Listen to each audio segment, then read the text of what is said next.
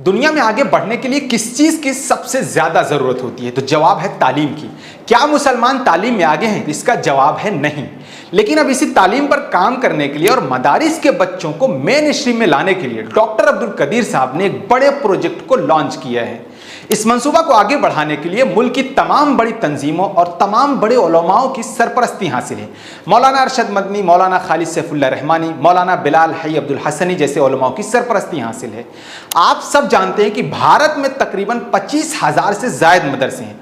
अगर इन मदारिस में main stream education आ गया तो इस सदी की मुस्लिम दुनिया में सबसे बड़ी तब्दीली होगी और एक बड़ा तालीमी इनकलाब आएगा।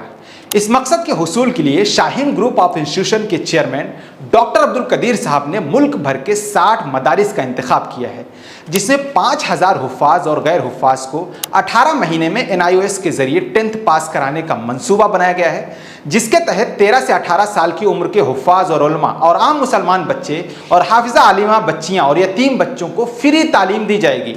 ये मदारिस अलग अलग स्टेट में हैं: कर्नाटक, बिहार, हरियाणा, जम्मू कश्मीर, झारखंड, मध्य प्रदेश, महाराष्ट्र और उत्तर प्रदेश। जैसा कि हमने आपको बताया कि इस मंसूबे को आगे बढ़ाने के लिए मुल्क की तमाम बड़ी तंजीमों और तमाम बड़े उलमाओं की सरपरस्ती हासिल है।